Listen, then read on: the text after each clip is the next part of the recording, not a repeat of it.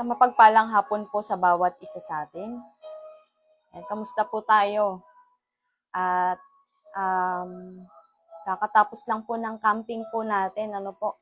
Meron na po tayong 1 week mahigit na natapos po yung camping po natin. At kada camping po talaga natin ay may iba't ibang pagkilos ang Diyos. Ano po? Hindi natin yung bang ano po, hindi natin masabi kung paano kikilos ang Panginoon. Kumbaga, laging surprise ang pagkilos ng Panginoon. Laging bago sa ating mga anak niya ang pagkilos ng Diyos. Pero, ang isa lang po ang sigurado doon, ang Panginoon ay laging sumasama po sa atin sa bawat camping. Amen. So, ayan po, bago po tayo mag-umpisa, tayo po ay manalangin. Aming Ama, sa pangalan ni Jesus, samahan niyo kami, Panginoon, sa oras na ito at sa mga nanonood, Panginoon, sa manonood pa lamang. Lord, kausapin niyo po kami, O God. Maging kalakasan ang patotoo ng bawat isa sa amin, O Diyos. Salamat po, Panginoon, sa iyong kapurihan sa pangalan ni Jesus. Amen. Ayan, ito po yung mga napag-aralan po natin ng camping. Ang team po natin noon ay yung pagbasa ng salita ng Diyos, Joshua 1:8, na kailangan po nating dilidilihin ng salita ng Diyos araw-gabi para tayo ay magtagumpay. Meron po sinabi dito si Pastor Boy at nabanggit na rin po ito nung nakaraan ni Pastora Trixie. So, gusto ko lang pong bigyan diin ito pong topic na to na kung paano humingi sa Panginoon. Kung paano humingi ng kasagutan ng panalangin sa Panginoon. Amen? Sabi ni Pastor Boy po doon, isang sign na may malaking gagawin ng Panginoon ay yung pagkilos ng kaaway o yung pagkilos ng demonyo. Kapag maraming hadlang, ibig sabihin ay may magandang gagawin ng Panginoon. Alam niyo, ma-share ko lang po dito, dahil kahapon po, nag-testify po yung mga miyembrong na isama po natin sa camping. At bago po mag-camping, alam naman po natin na binagyo po kami dito. Amen. At nawalan po ng biyahe. Hindi po kami makadaan. Wala pong bus na bumibiyahing to Manila. So nakita po namin nandyan sa main roads na nandun yung mga trucks, yung mga bus na biyahing Manila na hindi makadaan at ilang araw na pong stranded doon. So ayun po, kapag malaki ang paghahadlang ng Panginoon, ibig sabihin malaki din po kapag malaki ang paghahadlang ng demonyo, ay malaki rin po ang gagawin ng Panginoon. May magandang gagawin ng Diyos. Meron po tayong isang miyembro po dito na first time po nilang lahat na mag-believers camp. So, nakapag-camping na po sila dati, summer camp, July camp. At ito pong believers camp, baguhan po sila dito. At lagi ko pong sinasabi sa kanila na mag-expect kayo ng gagawin ng Panginoon dahil sa lahat ng camping, ang believers camp ang pinakamaganda. Ito po, nung nasa camping na po sila, nakaka-bless po kasi ang dami nilang natutunan. Meron po dito nakuha nila kung ano yung bilin ng Panginoon personally para po sa kanila. At isa po dito yung isang kabataan, sabi niya po dito ay nung water baptism na. Ang lakas ng dating sa kanya nung water baptism. Kasi sila po, nung bago po tayo nagkaroon ng simbahan dito, ang pamilya po nila ay sobrang religious. Amen? Ayaw nila ng ibang religion. Ngayon, nung naka-live yung water baptism, ang nasa isip ko po nung papanood ng pamilya nila na binabautismohan sila at mababago ang religion nila. Yun po ang paniniwala po nila.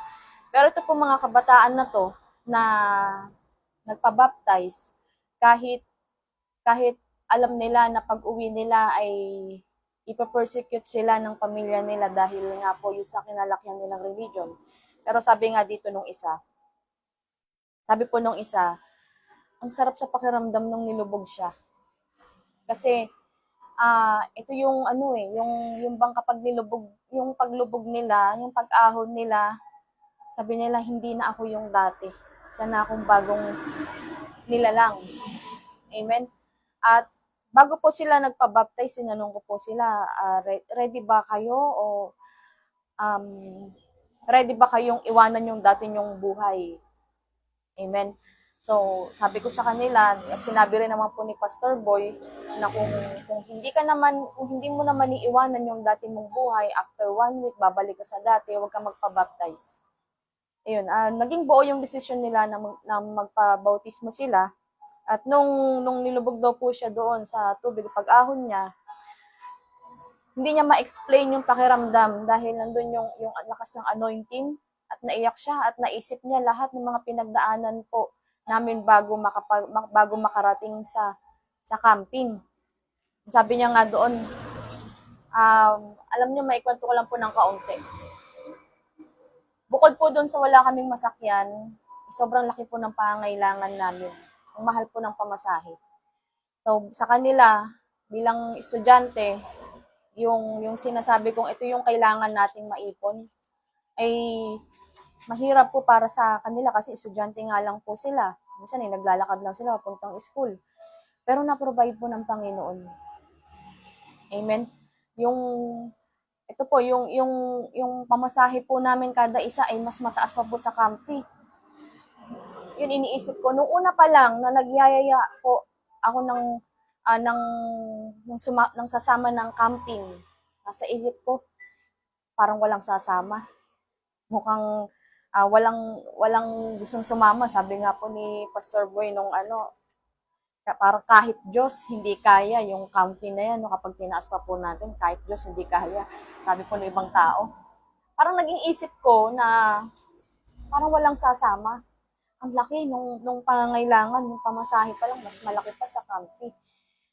Pero alam nyo po yung pagkilos ng Panginoon, kapag malaki talaga yung paghahadlang, malaki din yung gagawin ng Diyos. Sobrang na-appreciate nila yung camping dahil hindi sila nang hinayang doon sa binayad nila sa camp. At in-encourage po natin sila na mas magandang mabuo nyo yung camping.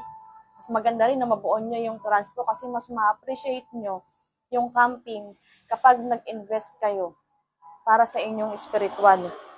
Ito nga po, hindi po sila binigo ng Panginoon. Hindi nila pinanghinayangan yung ganong halaga kahit para po sa kanila, sa akin, sobrang laki po nun. Hindi po sila nabigo ng Panginoon dahil kinatag po sila ng Diyos. Yung bawat, yung sa worship pa lang daw po, sabi nila, dun sa orientation pa lang, sa worship pa lang nung arrival, naramdaman na talaga nila yung pagkilos ng Panginoon. At sabi din po yung isa pa pong kabataan na nung siya po ay nandun na sa camp, yung bawat sinasabi ni Pastor Boy ay nagre-rema sa kanya. Ayun, narinig niya ang bili ng Panginoon at doon po nila nalaman na sila ay tinawag ng Diyos na maglingkod. So praise the Lord po kasi ang Diyos ay gumawa ng paraan. Hindi na hadlangan. Sabi ko nga po sa kanila noon nung bago po kami bumiyahe, paano yan? Nakaipon nga, nakumpleto nga yung campy. Nakumpleto nga yung pang-transpo natin. Pero walang biyahe, mukhang hindi tayo makakapag-camp. Amen? Pero ang Diyos ang gumawa ng paraan eh. Alam niyo, sabi dito, sinabi po ni Pastor Boy dito, ikaw ang dapat umalam kung kalooban ng Diyos ang hinihingi mo o hindi. Amen? Ang kasagutan ng panalangin mo ay nakadepende sa relasyon mo. Nakadepende sa relasyon nyo ng Diyos. Kailangan alam natin. So, bago daw po tayo manghingi sa Panginoon, kailangan alam natin kung ito ba ay kalooban ng Panginoon. Dahil kung alam natin na hindi po kalooban ng Diyos, wag na lang natin hingiin. Pero kailangan kasing makumbinsi mo muna yung isip mo na ito ay kalooban ng Diyos. At kung ito ay naayon sa salita ng Diyos, kaya nga po basahin po natin ang aklat ng kasulatan, ng Bible, para malaman po natin kung ano ang kalooban ng Diyos. At ang sabi po dito, hindi pwedeng wala kang verses na pwedeng humingi sa Panginoon. Kailangan meron po tayong pangahawakan na verse kapag tayo hihingi sa Panginoon. Amen? At responsibilidad natin sa pagtanggap ng kasagutan ng panalangin ay nakasalalay sa iyo. Nakasalalay daw po sa atin yung responsibilidad ng pagtanggap sa kasagutan. Kung hindi po natin matanggap ang kasagutan ng panalangin, hindi na po kasalanan ng Diyos yun. Kundi, ayun po ay nasa sa atin dahil tayo ang may responsibilidad na alamin ang kalooban ng Panginoon. So ito po, sa 1 John chapter 5, verse 14 hanggang 15, sabi niya po dito, hindi tayo nag-aatubiling lumapit sa Kanya sapagkat alam nating ibibigay niya ang anumang hingin natin na naayon sa Kanyang kalooban. Yamang alam nating dinirinig nga niya tayo, alam din nating ibinibigay niya ang hinihiling natin sa Kanya. Amen? Si Juan po, si John ay sigurado siya na ang kalooban ng Diyos ay sagutin ng panalangin. Amen? Kung tayo ay humingi sa Panginoon, alam natin dapat na kalooban ng Diyos, ang sagot ng Diyos ay yes. Diba? Sabi sa atin ng mga pastor, yung turo sa atin, na kapag ang hinihingi po natin ay pera, bagay, kagalingan, ang sagot ng Diyos ay yes. Amen po? Yes, ang sagot ng Panginoon dyan. Yan ay nakadepende sa atin. Kung nakumbinsi na natin yung isip natin na matatanggap natin yung kasagutan sa panalangin. So number 2, sabi niya, pag kumbinsido ka na sa kalooban ng Diyos sa'yo, matatanggap natin ang kasagutan ng panalangin natin kung kumbinsido na tayo sa kalooban ng Diyos. Amen? So kailangan talaga nating yung mindset natin ay dapat nating ayusin. Kailangan natin kumbinsihin, i-brainwash mo yung isip mo na kailangan matanggap yung panalangin. Amen? Bawat isa po sa atin, mayroong mga personal na testimonies kung paano sinagot ng Panginoon yung bawat prayer po natin, yung pinag-faith po natin. Amen po. Kailangan natin kumbinsihin ang isip natin, ang sarili natin, na ito ay sasagutin ng Diyos. Ito ay sinagot na ng Panginoon. At ang faith is now. Hindi po mamaya, hindi bukas, kundi ngayon ang sagot ng Panginoon. Number 3, if doubt persists, be ready to use God's promises. Amen? Hindi mawawala po yung pag-atake ng kaaway. Nabubulungan ka niya na hindi totoo, na masasagot ng Diyos, hindi naririnig ng Diyos ang panalangin mo, ganun mga bulong po ng kaaway. At kung sakali man po, at sigurado po na bubulungan tayo ng kaaway about sa faith natin, magkakaroon tayo ng doubt, amen, kailangan may nakaredy po tayo na salita ng Diyos. May nakaredy tayong pangako ng Panginoon. Amen. Sabi nga doon sa team po natin, basahin mo ang aklat na yun, dili-dilihin mo araw, gabi ang aklat na yun. Amen. Dahil kapag binasa natin ang salita ng Diyos, ang Bible, magkakaroon tayo ng maraming, may store sa atin yung mga pangako ng Panginoon at yun ang magiging access po natin para masagot yung panalangin po natin. So, balik po tayo doon. Alam nyo, dumapo sa isip ko yung doubt nung magka-camping na po. Dumapo sa isip ko yung doubt na paano kung hindi kayo makapag-camping. Sabi ko, wag naman Lord, sobrang kailangan ko mag-camping. Kailangan ko mag-recharge. Hindi pwedeng hindi kami makakasama ng camping. Amen. So meron po akong kaibigan na sinabihan ko na paano yan, walang biyahe, baka hindi kami makasama ng camping. Ang sabi niya po sa akin, pastora din po ito, sabi niya, na-provide nga ng Lord yung pang-camping nyo, saka yung pang-transpo nyo, tapos hindi niya kayo papasamahin sa camping. Ako, no? Hindi magbibigay ang Diyos sa'yo, hindi sasagutin ng Panginoon yung panalangin mo kung hindi kompleto. Amen? Sabi ko, oo nga, no? Bakit pa siya nagbigay ng pamasahe kung hindi rin kami makakapunta ng camping? So, kahit makita ko yung balita, araw-araw, maya't maya po ako nag-update sa balita kung may biyahe na ba ng pa-Manila, wala pa rin.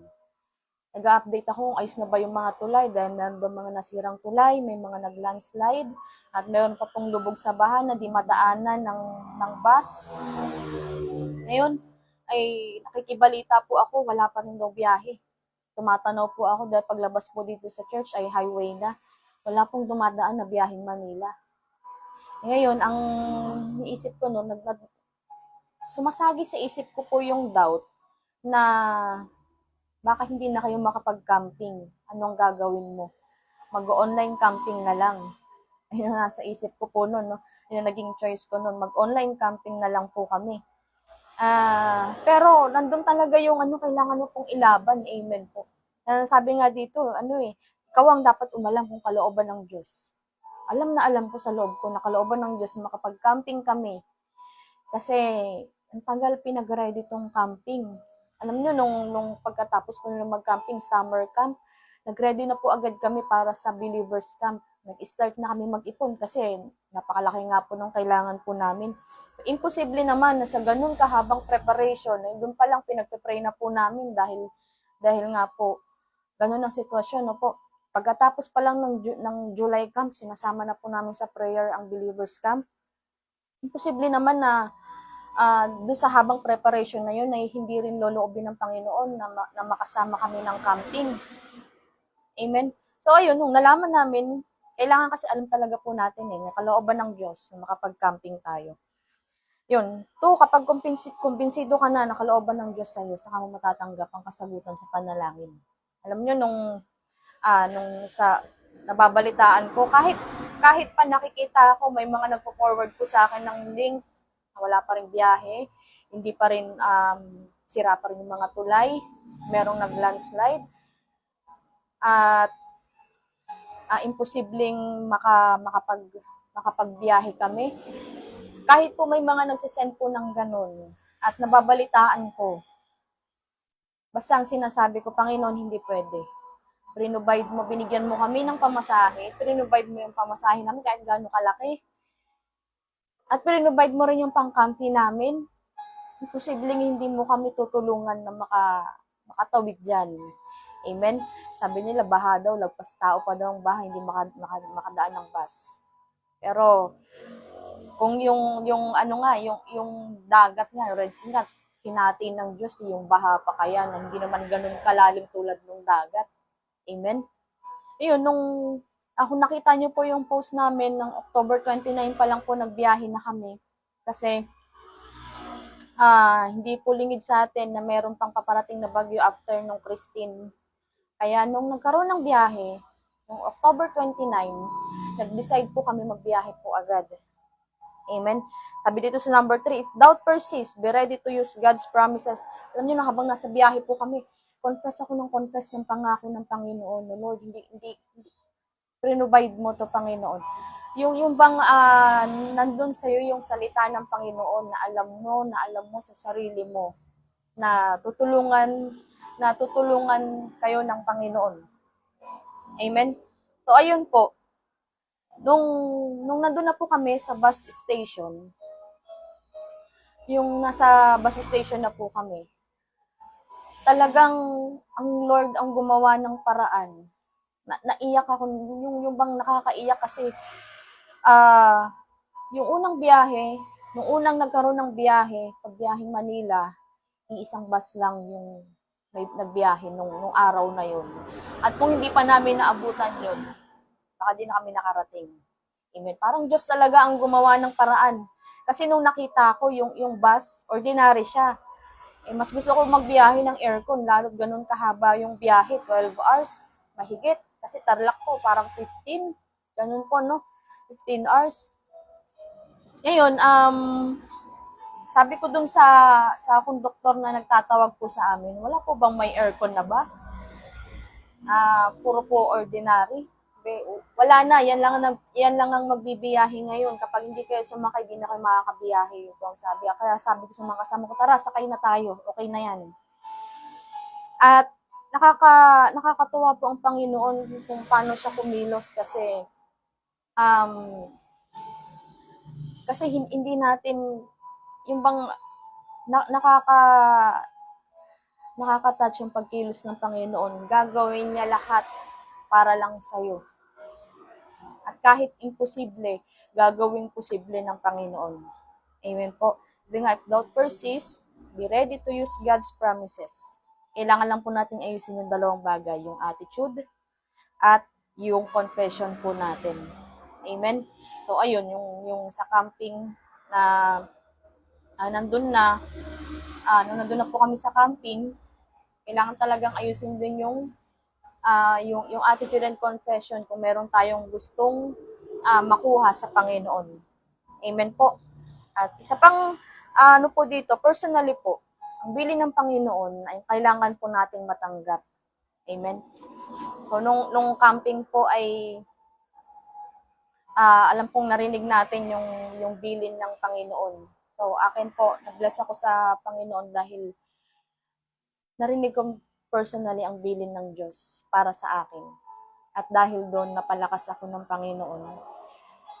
Yung mga struggle, yung hirap na naranasan bago mag-camping, bali wala lahat yun. Nung narinig ko yung bilin ng Panginoon, yung sinabi niya, sa akin ka kukuha ng kalakasan. Hindi sa tao, hindi sa kung saan, hindi kung kanino. Sa akin ka lang kukuha ng kalakasan. So, ayun po. Napakaganda po nung camping kasi isang ina-expect ko nung camping, ipagpipray tayong lahat ng mga pastor. So, ano po, hindi po ako masyadong napag-pray. Parang may isa lang pong nag-pray sa akin nung camping.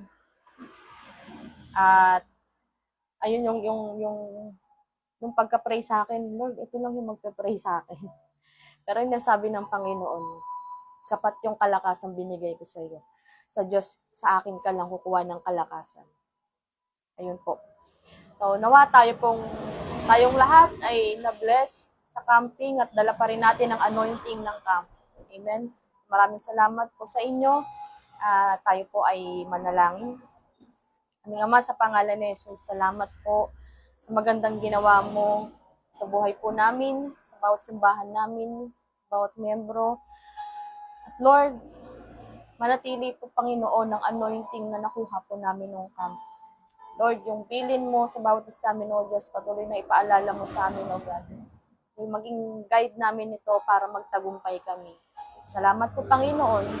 Purihin ka, dakilain ka sa pangalan ni Jesus. Amen. Maraming salamat po at pagpalain po tayo ng Panginoon.